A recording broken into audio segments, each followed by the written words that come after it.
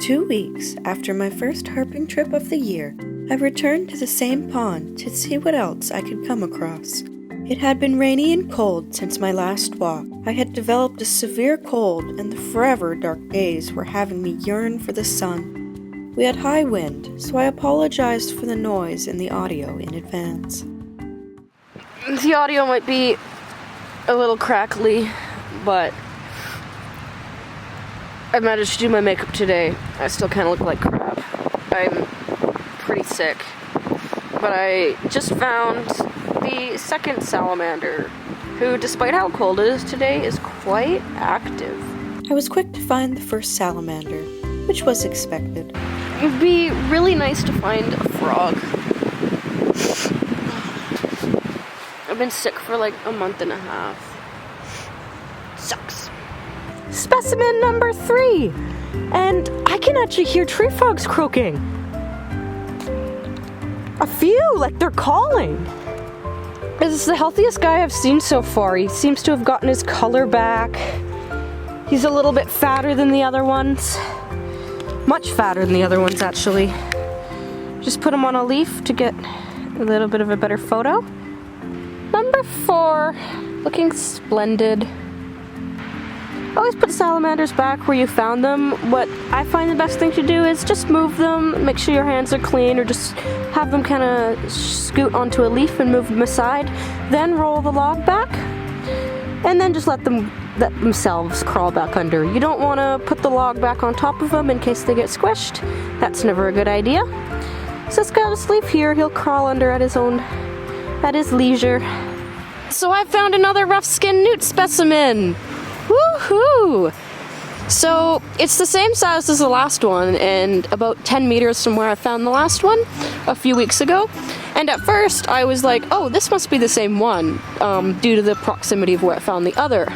Well, I've proved myself wrong by checking the cloaca and the underside of this guy, or girl as I should say.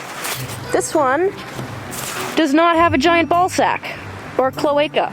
So yeah, she's a female full of eggs, and knowing that a few weeks ago there was just a male about 10 meters away, hopefully in August we'll have baby newts.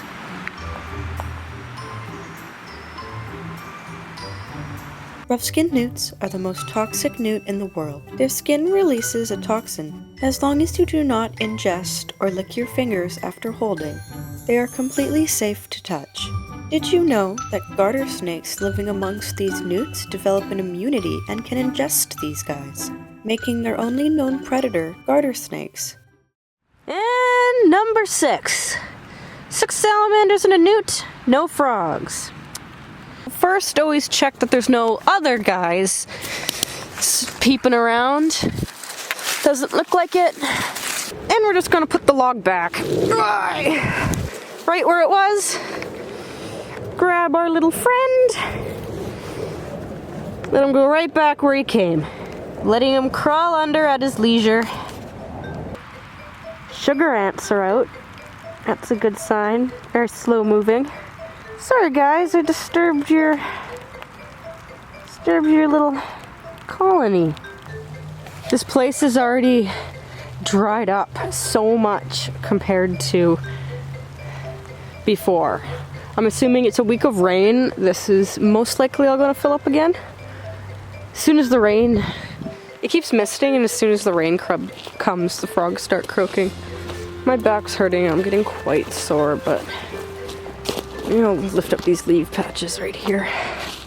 By the end of the day, the tally was 6 salamanders, 1 newt, and still no frogs. I had even went to the back of the pond and hiked the mossy forest in hopes of finding some croaking friends. Besides the water level, not much had changed in 2 weeks. I found the same amount of amphibians, and there were still no leaves on the trees. I went home to rest. I was sick for 3 days after. A week later, the rain finally stopped. The sun came out, and on this day, I was keen on finding snakes. Just here at my local park with my friend Chelsey behind the camera. So we're here looking for garter snakes. It is almost the first day of spring. It's like March 15th or 16th. First day of spring is on Tuesday, and really excited. Hopefully the garter snakes are out today. We're just looking along the trails where usually I find that garter snakes hang out where there is, say, a bunch of prickle bushes and then an open area where they can sun themselves. They're all coming out of hibernation right now to mate and also to eat the tree frogs that are also coming out of hibernation. So, bad news for the tree frogs, but hopefully we can find some of them too. We were greeted with the park echoing with thousands of tree frogs. Recently laid eggs were plentiful. Oh, snake. Oh, I missed him. The first garter snake I saw disappeared before I could process it was a snake. If there was one, there had to be more, and soon came across another. This time, I was warmed up. Where'd he go? Did I get him? Oh, good shit. Got him. Jesus, dude, your reflexes.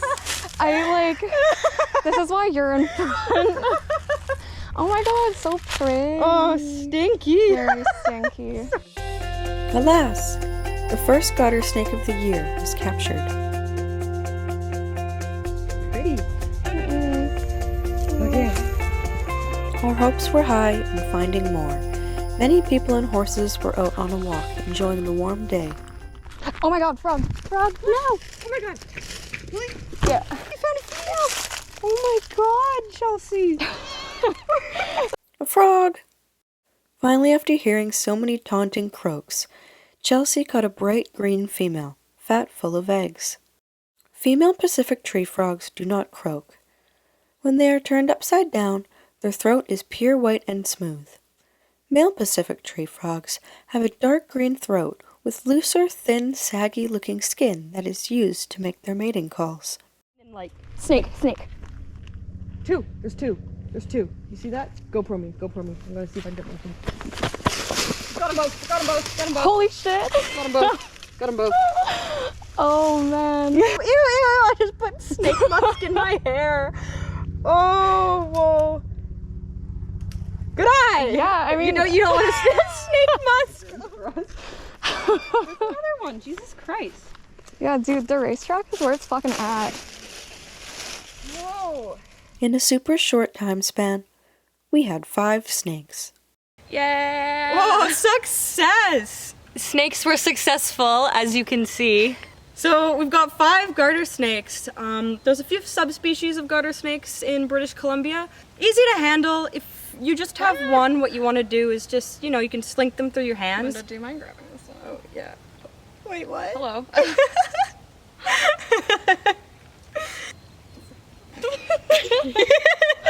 Hello?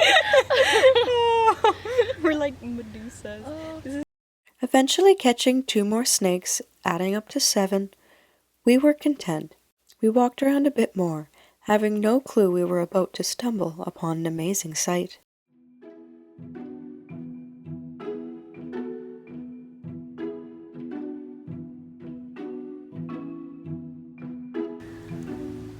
Oh my god. One just yawned. One just yawned.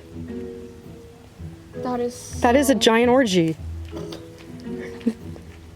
When it is time to breed, garter snakes make mating balls that can consist of over 100 snakes.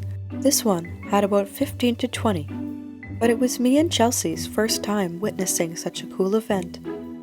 In BC, we have 3 species of garter snake: the common garter snake, northwestern garter snake, and terrestrial garter snake. Differentiating the species can be a bit difficult as colorations and patterns may be the same. Counting scales on certain areas of the body and examining the head shape can help in determining the species. Chelsey had pointed out how their rosy coloration on their cheeks look like blush. I can't unsee it now, and I think it's adorable. After watching the garter snakes for some time, we got severely dehydrated because we forgot water. We headed out to get drinks, and then went back to my local pond. Within a week, it was exploding with life. There's an ant nest behind me, and I actually found it 2 weeks ago when I was here, but it was dormant, and because of the sun, all of the red ants had come out. And it's huge. It's amazing. What? Woo! Chelsey just found a long toad. I'm coming. I've been here twice in the past month. A week ago it was still very cold. The salamanders and newts were very cold when I found them.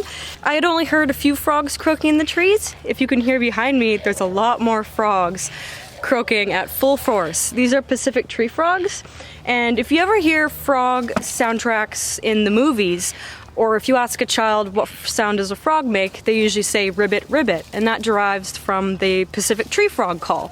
So that's used in a lot of movie backgrounds. We just stopped at this spot and started walking around, and it is frogs galore. All of the males have come down to the water's edge to do their croaks, so the females will hear that from up in the trees and then come down and then lay their eggs and go back in the trees.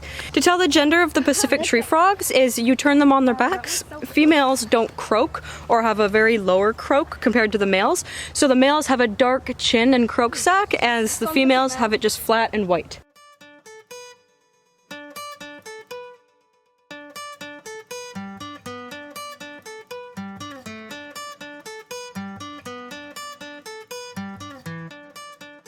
We got 3 long-toed salamanders and a lot of noisy frogs. As you see right now, I'm just hand walking the salamanders, usually to hold any type of reptile or amphibian. Just even hamsters, you know, if you want to teach your kids how to hold animals, just continue to let them walk.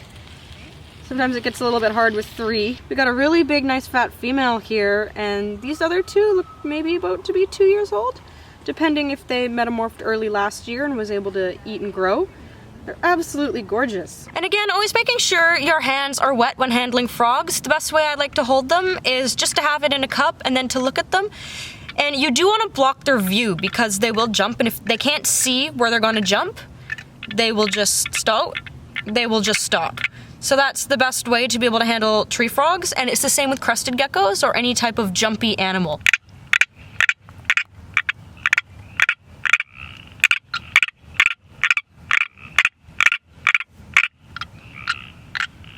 After watching the frogs get an amplexus pose in our container, it was time to let everything go. Salamanders seem to have more of a brain cell than the frogs. Are you really herping if you're not covered in dirt? Spring had finally sprung. Buds were popping out on the trees, and the pond life and animals were all out breeding. I look forward to this time every year. Stay tuned for more pond updates. Tadpoles will soon be hatching and salamander larvae plentiful. Insect life and baby ducks will be around. Feel free to like and subscribe. And any questions will be answered in the comments. This is Life of Linda Lee, and I will see you guys all soon on my next video.